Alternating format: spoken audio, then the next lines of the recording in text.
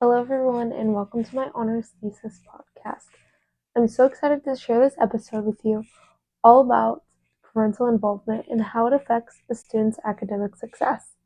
I got the chance to interview two experts in this field, one teacher who's been a teacher for 25 years and has seen the effects of parental involvement throughout her classroom, and another expert whose job solely relies on parental involvement and getting parents in a low income area to be involved in their child's education. So it was very interesting to talk to both of these people, and I'm so excited to share this episode with you.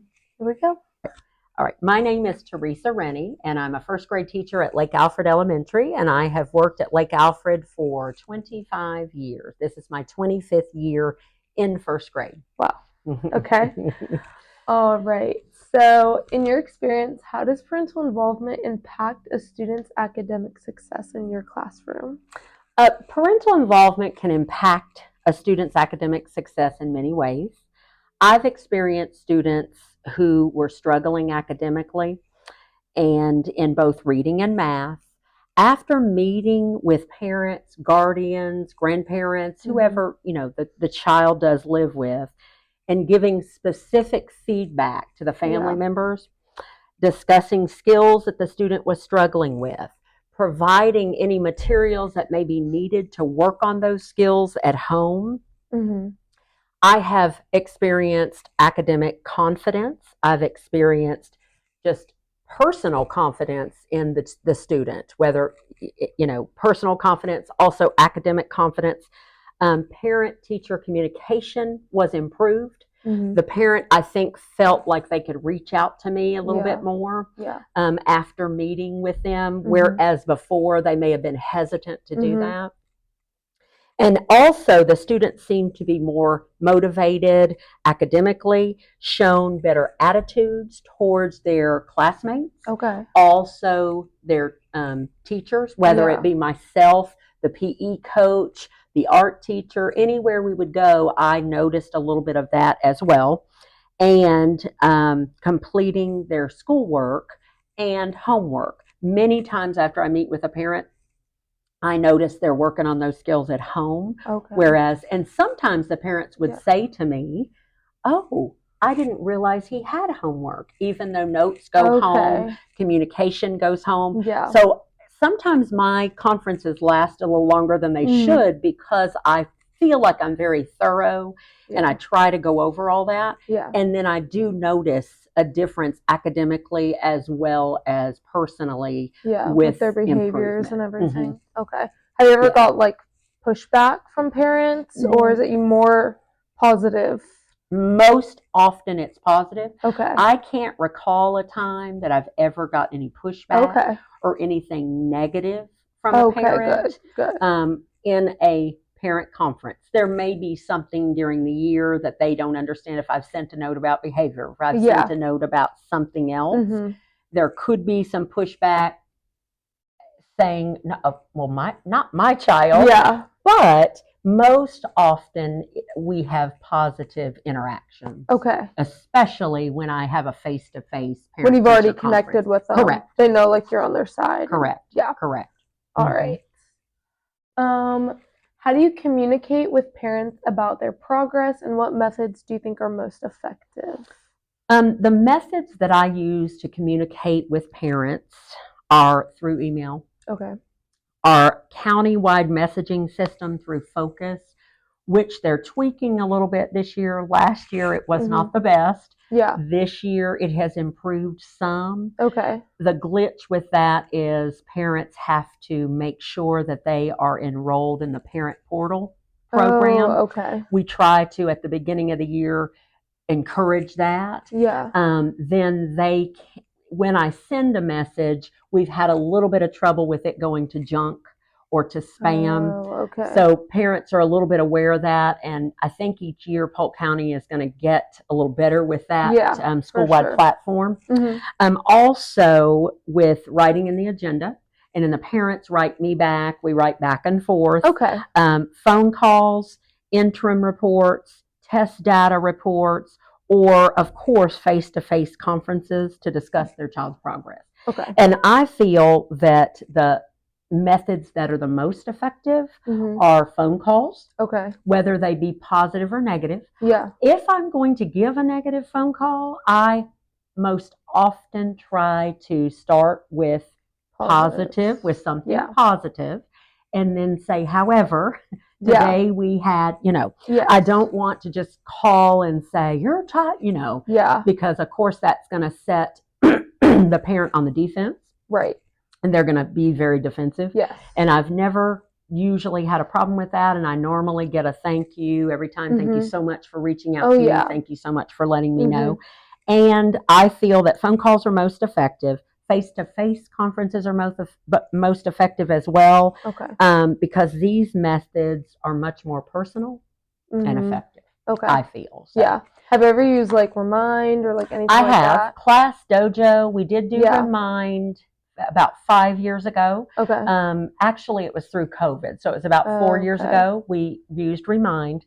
I liked Remind. The only setback with Remind is you were limited to your words. Sometimes I'm a bit wordy. Oh, okay. And you're limited. And I would just have to send another message. In one message, I couldn't get it done. So I'd have to send another. We've also done Class Dojo. Okay, yeah, I knew you could. And that worked really well. The parents really liked Class Dojo. Okay. But the county, after we were doing Class Dojo, the county introduced their platform. Okay, is that Focus? Which is through Focus. And I don't, it's countywide messaging. I don't know if it has I would have to research to find out the name exactly. Right. But it is our countywide platform now, and they have said that we cannot use any other method. We cannot use Class Dojo. But it's like that. Like you can reach out to them and they can reach out to you. Absolutely. You can do individual messages. You can do you can do primary contacts to send a classroom message if the parent receives it. And I do have several that do more this year than last year. That's why I say it has improved since last year, because I would only be able to reach about 6 parents last year, whereas this year I think it's at least half the class, if not a little more. Okay, good. But they're, as I said, tweaking that platform, and hopefully that will become a little better. So with getting, but I do feel that the most effective are phone calls and face-to-face conferences. Gotcha.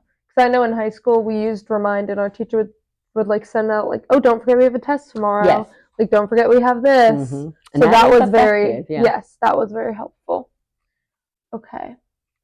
In what ways do you involve parents in supporting their child outside the classroom? I often involve parents in supporting their child's learning outside the classroom by suggesting trips to the library, taking family trips to the library to increase fluency and comprehension. I suggest having their child write the grocery list with mom or dad. Participate in shopping by reading the shopping list and helping to get the items and put them in the grocery cart. I also suggest that parents involve their child in cooking tasks at home. And I do all this in my face-to-face conferences. And then I'll also add to that at the very end, but that help with measuring ingredients. That, of course, helps in math. And reading, too. I mean, they're helping to read. I always send home a list of things to do, or not things, activities to do with nonfiction texts and fiction texts. I send that home in the homework folder, and they're just different questions, different things that parents can use to see if their child is comprehending those stories that they're reading. I give examples of fun games to play at home with families to practice sight words, math facts, and those, of course, increase reading and math fluency. So those are just some things to help family members get involved and to continue with that learning outside the classroom. Yeah, I like that. I've never heard like even like baking and cooking and shopping. That's like a good way to. And those are actually included in the homework folder.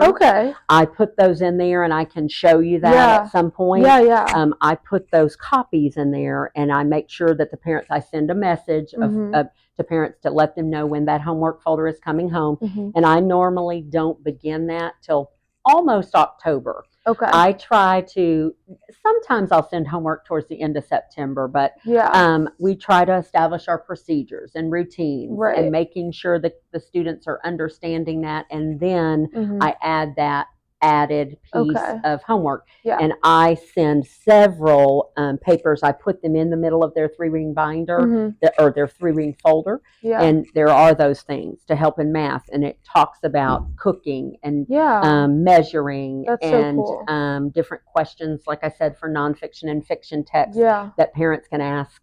And then just overall things that they can do to help their child's progress in school. Yeah, I like that. Because research actually shows that like parental involvement with homework is not actually effective. So it doesn't have like a positive effect on how they do in class.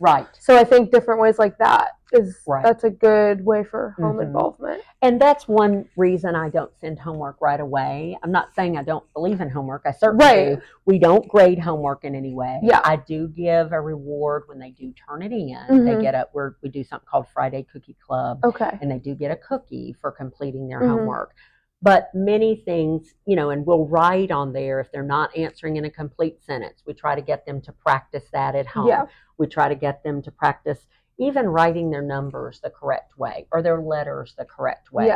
When they're practicing that helps. But we try not to give too much outside homework. I give a packet, and it's 1 to 2 pages, and they don't turn it in. I give it on Monday. They don't turn it in until Friday.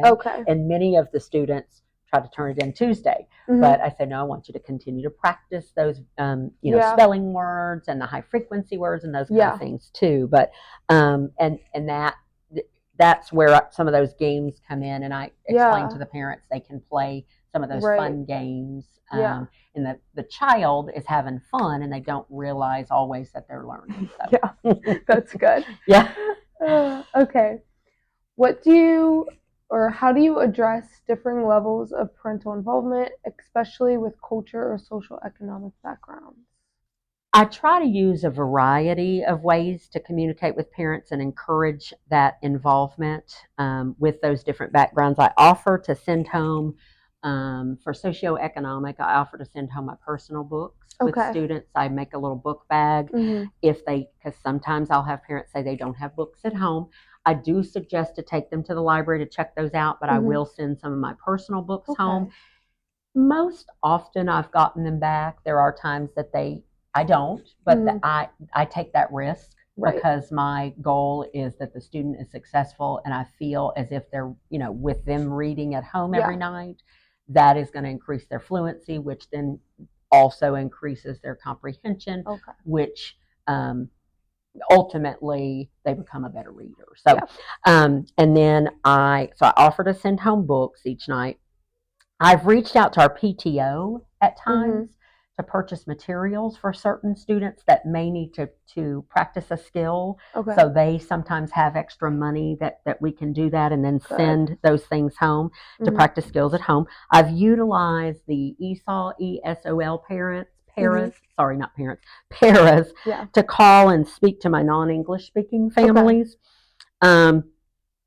And to invite them to school to meet with me. And then the para will will help with interpreting if that's needed. They're very good at that. They offer their services a lot. Our paras will stay late to be at a conference to interpret, because many times my multicultural parents or ESOL non-English speaking parents don't understand what to do for homework or don't understand, and then they'll even bring in a neighbor. At times I've had them interpret, or the neighbor will help with homework or help the child read if the parent is not reading. We do have Spanish books, but I do like to promote them learning the